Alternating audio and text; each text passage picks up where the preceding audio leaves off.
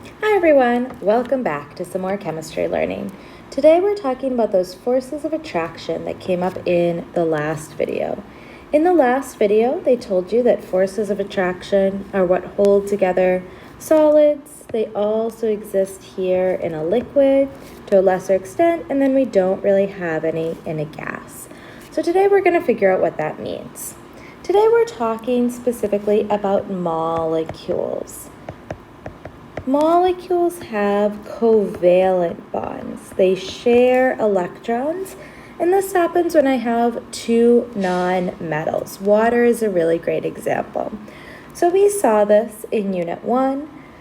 Molecules share electrons. We can represent them with a Bohr diagram. This is water, a great example of a molecule, and we can think about water all different ways. We can represent a molecule all different ways. So we can show it with the atoms all attached.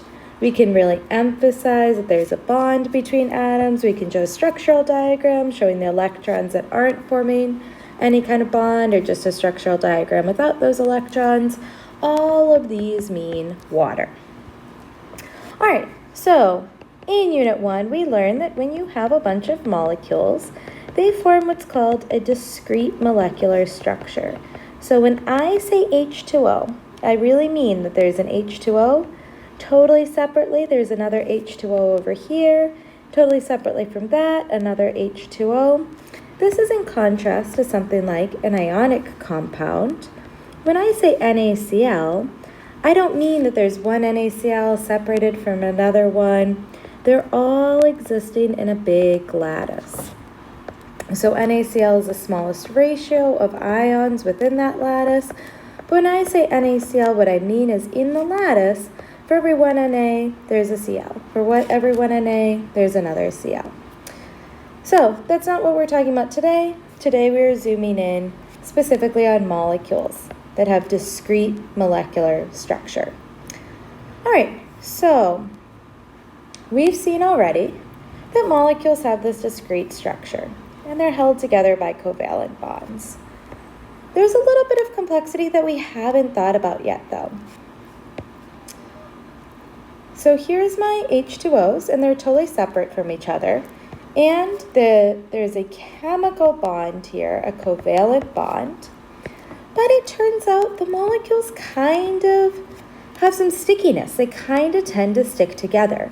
And that's called an intermolecular force. This is not a chemical bond. We've already learned about the bonds that hold compounds and molecules and metals together: metallic, ionic, covalent. This is a totally separate type of interaction, and it holds molecules together, but it's very easily broken and reformed. It's much weaker than a covalent, an ionic, or a metallic bond. So intermolecular force, inter means between. Molecular refers to molecules, so we're talking about the thing that happens between molecules. We can also call intermolecular forces IMF, and what you saw in the first video is that intermolecular forces differ between solids, liquids, and gases. So solids have lots of IMF. They hold our molecules mostly in place. So the molecules are vibrating, but really held in place by IMF. In liquid water, there's a little bit of IMF, but the molecules can flow over each other. And in gases, we assume there's no IMF. The question you're probably asking yourself is, why does this happen? Well, it has to do with that bond that we've already seen in water. This bond represents a covalent bond. Electrons are being shared. And it's one of those situations where electrons are not shared super equally. If I were to split a pizza with my friend, well, I could give my friend half of the pizza, or I could give my friend one slice, and I could take the rest for myself. So sharing can happen equally or unequally. This is one of those unequal situations. The electrons are closer to oxygen than they are to hydrogen. Electrons are negative, that makes the oxygen a little bit negative. So the oxygen ends up what's called partially negative, a little bit negative.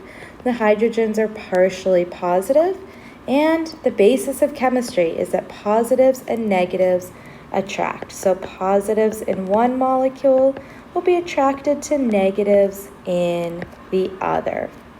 This explanation of why is an exemplary explanation, and you'll see that in the next video. So, things to know, IMF is between molecules. It's still positives and negatives attracting, but we won't worry about the details of that until exemplary. There's also different types of IMF. There's 3 main types, and knowing the types and their relative strengths, that's also exemplary. So you should know IMF is between molecules. There's different types. They have different strengths. And for now, we'll leave it at that.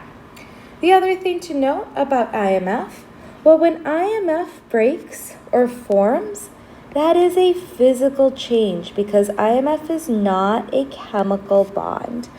As a reminder, a chemical change is when we form new products with new chemical bonds. So, for example, the hydrogen peroxide decomposition we saw in class, well, when H2O2 molecules, when the covalent bonds in H2O2 molecules split up and we got a totally new bond, instead of H being bonded to O, being bonded to O, H was bonded to O, bonded to H, another H, O, H, and an oxygen molecule.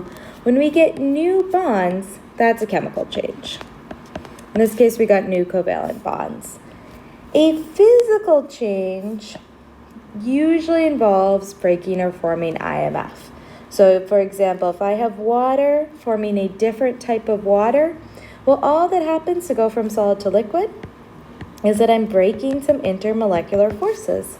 I'm going from this state with lots of IMF to this state with only a little bit of IMF. When I break IMF, that is a physical change. The same would be true if I were to condense, for example, from gas to liquid. I would be forming new IMF, physical change. So if only IMF changes, that's going to be a physical change because IMF is not a new type of chemical bond. A chemical change happens if ionic or covalent or metallic bonds are changing in the course of my reaction. Thank you for watching. Be sure to let your teacher know what questions you have.